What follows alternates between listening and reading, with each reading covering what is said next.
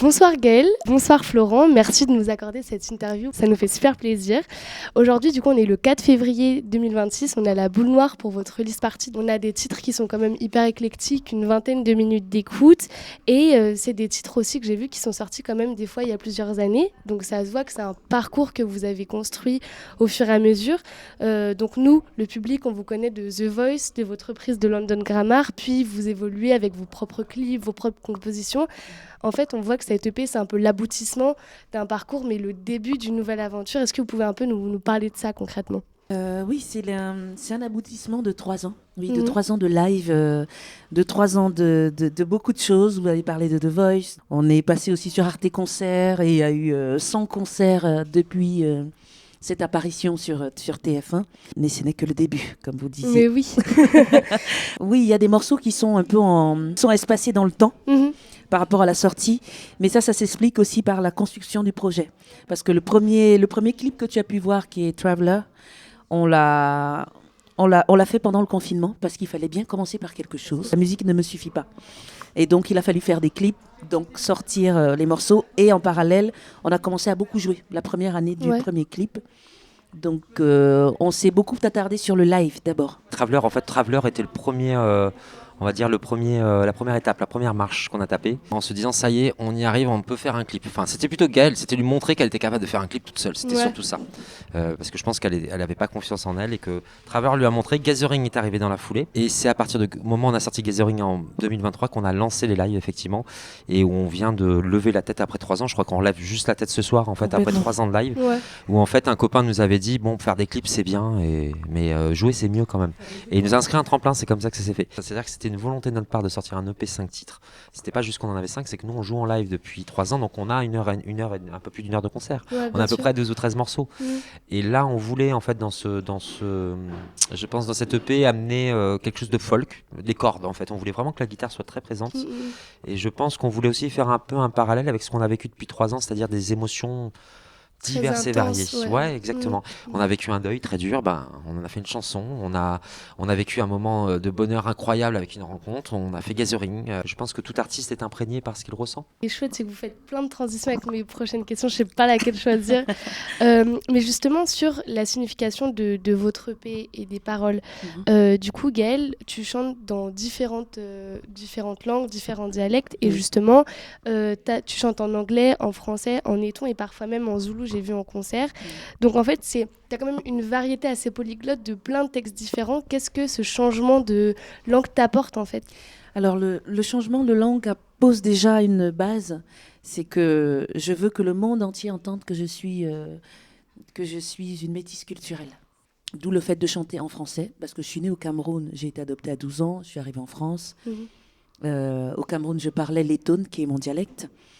Au Cameroun, j'ai découvert le zoulou, qui n'est pas mon dialecte, mais il y a une consonance, voilà, un truc qui me ramène à mon enfance. Et l'anglais pour s'ouvrir au monde, ça me représente moi. Voilà, c'est pas quelque chose de choisi. Je n'ai pas les mêmes appuis, je n'ai pas forcément les mêmes ressentis, mais ça fait partie de ma vie et du fait que j'ai un pied sur chaque continent. Bien sûr. Avec des histoires différentes, voilà, forcément des ressentis différents. Puis même quand tu changes de langue, tu as un changement dans tes cordes vocales qui s'opère aussi, donc tu as une grande variété aussi de... Complètement. J'ai été très surprise de ma voix en français, parce que c'est pas du tout les mêmes syllabes. Oui, c'est sûr, c'est pas du tout la même façon d'amener les choses. Enfin, pour moi, il était important que tout ça soit réuni. Et puis, petite question pour Florent, du coup.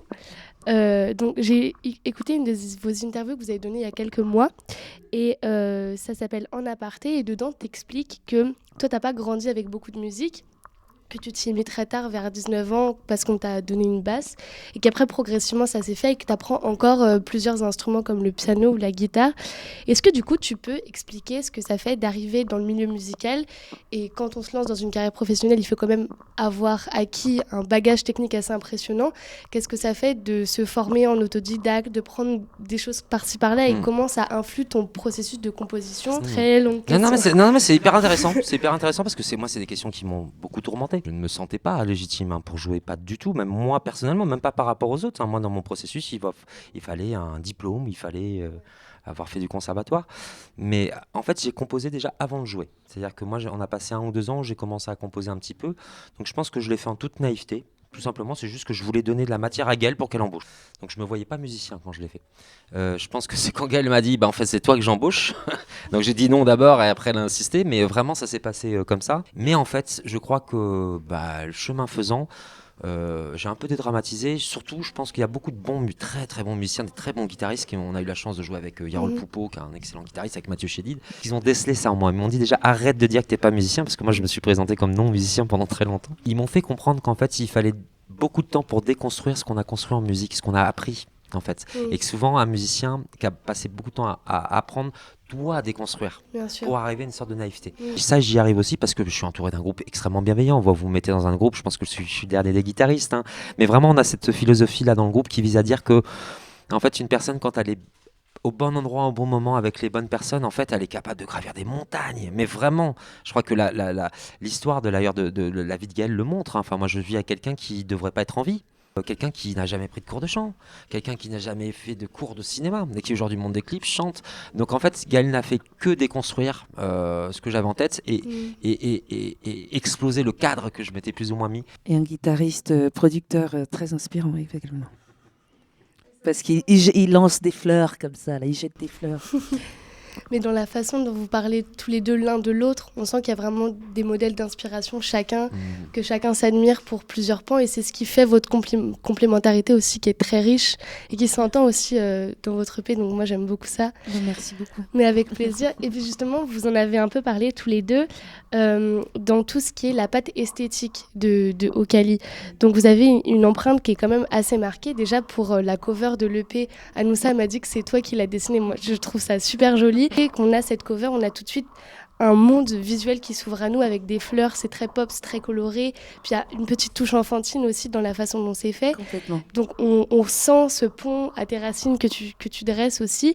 Et moi, c'est vraiment les clips, parce que vu que c'est des choses auxquelles je suis très attentive, j'ai beaucoup aimé. Le clip de Gathering, il est tourné au château de Rorouet dans la Loire-Atlantique. Et c'est super joli avec les sculptures un peu transparentes, mythologiques un peu. Et dans Traveler, on a vraiment des plans qui sont très originaux, des trucs beaucoup plus bruts et beaucoup plus en symbiose avec l'environnement, la nature et les ponts que tu fais avec tout ce qui t'entoure. Comment est-ce que ça vous est venu de créer ce monde-là et de comment l'exploiter ? C'est vrai que j'ai une canne, mais je marche beaucoup. Très, très lentement, mais je marche beaucoup. Donc j'aime aller observer la nature ou même parfois escalader, même si c'est un peu laborieux parfois. Et puis surtout, j'ai grandi au fin fond du Cameroun, à moitié dans la forêt. Donc j'ai forcément ce socle qui m'amène à la nature automatiquement. Mon père travaillait en forêt, donc j'ai appris à regarder, à observer ou à cadrer peut-être inconsciemment. Je pense que c'est pas très compliqué de créer son monde. Ce que tu affectionnes se transparaît à l'écran. Complètement, et puis il n'y avait pas trop de réflexion derrière. Je voyais ça, donc il fallait que ce soit ça qui soit retranscrit. J'ai beaucoup de mal à mettre de mots sur la construction des clips parce que je le vis in situ.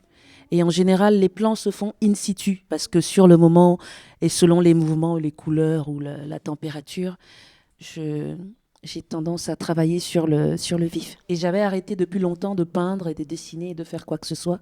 Quand le projet Okali est né, tout a repris vie. Et comme je fais fusionner les langues, j'étais obligée de faire fusionner les différents médiums pour m'exprimer. Voilà. Parce que j'en ai besoin. Mais même quand on y repense, c'est-à-dire que la musique, pourquoi la musique se limiterait à la musique en fait ? Pourquoi aujourd'hui on prend ce spectre-là en fait, alors que Gaël nous le rappelle, enfin moi me l'a toujours montré, que la profondeur vient aussi de multitudes de points de vue et d'angles de vue. Surtout la musique, t'aimes le cinéma. Moi, on parlait de souvenirs musicaux à un moment. Moi, un des premiers souvenirs, c'était Château de ma mère, par exemple. Enfin, des musiques de films, quoi. Quand vous avez les deux qui sont en symbiose, enfin, vous êtes dans un endroit. Mais je pense que tous, on a tous une image qu'on peut associer à une musique. Moi, je chante en zoulou parce que je suis tombée sur un film quand j'avais 7 ans qui s'appelle Chaka Zulu. C'est une trilogie de 10 heures. Assez long, et ça m'a marqué à vie. Et pour finir justement sur le Zoulou, alors je te le ferai pas à la fin de l'interview en Zoulou, c'est promis. Mais Gaël, en fait, alors ça revenait à ça, c'est que Gaël, déjà, elle a une super oreille, c'est-à-dire qu'elle a fait quand même, elle a repris du Zoulou à l'oreille, mais surtout, je pense que c'est quelqu'un qui a une grande exigence finalement. C'est-à-dire qu'elle sait quand elle aime, elle sait quand elle aime pas. Et honnêtement, vu que c'est notre leaduse dans le groupe, pour nous, c'est du caviar. Moi qui l'ai connue avant ce projet, je pense qu'elle a toujours cultivé cette image. Enfin, l'image de façon générale, je pense qu'elle a toujours aimé l'image. Tu as parlé de The Voice tout à l'heure. J'étais à côté, hein, donc j'ai une anecdote là-dessus qui m'a fait beaucoup sourire. Mais on est arrivé au moment des costumes et c'est vrai que on voyait beaucoup de candidats parce que nous, on a été appelés en fait. Hein, on n'a pas du tout postulé. Donc on venait dans une démarche très récréative en fait. Hein. Et on était dans une pièce où on attendait beaucoup de monde quand on venait d'être sélectionné et on voyait les gens faire des allers-retours après être allés chez le costumier. Et ils revenaient et on sentait qu'ils étaient un peu déguisés, quoi. C'était pas forcément à l'aise. Et on est descendu. Gaël était habillé comme tous les jours. Déjà, le costumier en bas a cru que c'était sa robe de scène. Voilà. Bon, mais vraiment, j'étais à côté. Et elle a dit non, ma robe, elle est dans mon valise. Et en fait, quand elle a sorti sa robe, je pense qu'il a tout de suite vu qu'elle avait. Il lui a dit d'ailleurs, là, tu as les proportions parfaites, artistiques. Hein, elle a le sens de l'harmonie. Mais c'est une vraie identité et c'est ce qu'on voyait dans votre première scène à The Voice aux auditions. Directement, on vous situe tous les deux dans un contexte, dans une identité, un moment. Et c'est ça qui est très fort et qui distingue aussi, peu importe jusqu'où vous êtes allé dans l'émission, au moins vous avez marqué les esprits dans cette proposition qui est très particulière aussi. J'allais faire le parallèle entre l'image et les paroles que tu écris et que vous retranscrivez. Quand on plonge dans l'écriture des chansons de l'EP, on retrouve toujours cette identité. Je la qualifierais de flamboyante et de sincère à la fois. Parfois, tu as des phrases qui choquent et qui interpellent directement, mais en même temps, c'est toujours authentique et on sent qu'il y a beaucoup de vérité dans ce que tu dis. Tu dresses toujours un portrait de tes racines, d'un voyage intérieur aussi, toujours une quête initiatique d'identité. Et moi, ce qui m'a intéressée dans ton écriture, c'est aussi les contrastes que tu fais entre des émotions qui sont très marquées. Dans Traveler, où justement, tu parles de candeur et aussi de rage, tu mets les deux dans la même ligne. Et en fait, je trouve ça très fort et c'est pour ça que je vais te demander ton processus d'écriture, à quel point tu mets de toi dans ta plume et comment tu fais pour savoir de quoi parler en fait. En fait, pour moi, les notes, ce sont des sentiments. Je crois à la base, c'est comme ça que je les prends, moi. Quand j'entends une note, je ne vais pas avoir une référence musicale technique. Ça va me ramener à un ressenti. Celui de Traveler, tu le précises bien, c'est un début de retour aux sources, un voyage intérieur pour essayer de reconstruire ce socle et ce changement de continent. Candeur et rage, ça ramène un peu... Ça m'amène... Bonne question.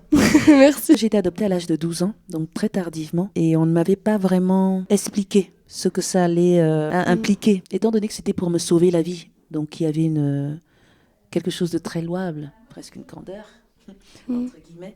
Mais l'autre pan, c'est que on ne m'avait pas dit que ça allait durer aussi longtemps. Voilà, j'étais censée venir pour quelques semaines dans mon esprit d'enfant. Donc j'ai pu en vouloir un peu aux adultes, mais en grandissant, j'ai bien compris que s'ils n'avaient pas agi comme ça, je ne serais pas là. Donc oui, un petit mélange de cris. Quand j'ai utilisé rage, mais c'est plutôt un cri. Si tu comprends ce que je veux dire. Totalement, mais très très belle réponse.